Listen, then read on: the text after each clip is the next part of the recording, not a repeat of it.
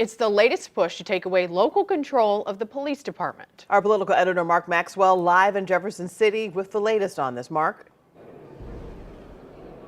Yeah, good evening from Jefferson City. Governor Mike Kehoe earns a major victory in his legislative agenda. The state takeover of the city police department tucked inside of a larger crime omnibus bill, now one big step closer to his desk.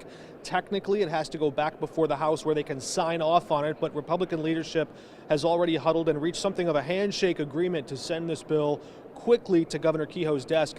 One of the big takeaways here, 27 votes in favor, just 5 votes against. Broad bipartisan support from all the senators outside of the city of St. Louis, some of them in the St. Louis suburbs even. Senators Doug Beck and Tracy McCreary both voting yes for this bill. We caught up with Steve Roberts, a senator from the city of St. Louis who had been critical of Mayor Jones and basically had given some of his Democrats cover last week to go ahead and vote in favor of it because of some of the other criminal justice reforms that are also in this bill. We caught up with him just moments ago before this vote hit the floor. I will say if the state control part of it was removed from the bill, I'd vote for it. So I can understand why my Democratic colleagues would support it. There's some great things that have been Democrat priorities we've been working on for years. The big one being the restitution language that I've previously filed. Unfortunately, the previous administration vetoed that.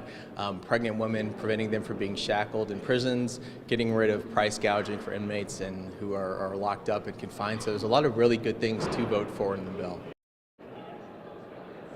This bill also includes a requirement for police officers to report the immigration status of anyone who commits a Class A misdemeanor or higher. Roberts said he would not have voted for that provision, but scathing response in from Mayor Jones just now, who called this effort to take away St. Louis control, quote, in line with cowardly attempts at autocracy we're seeing at the national level.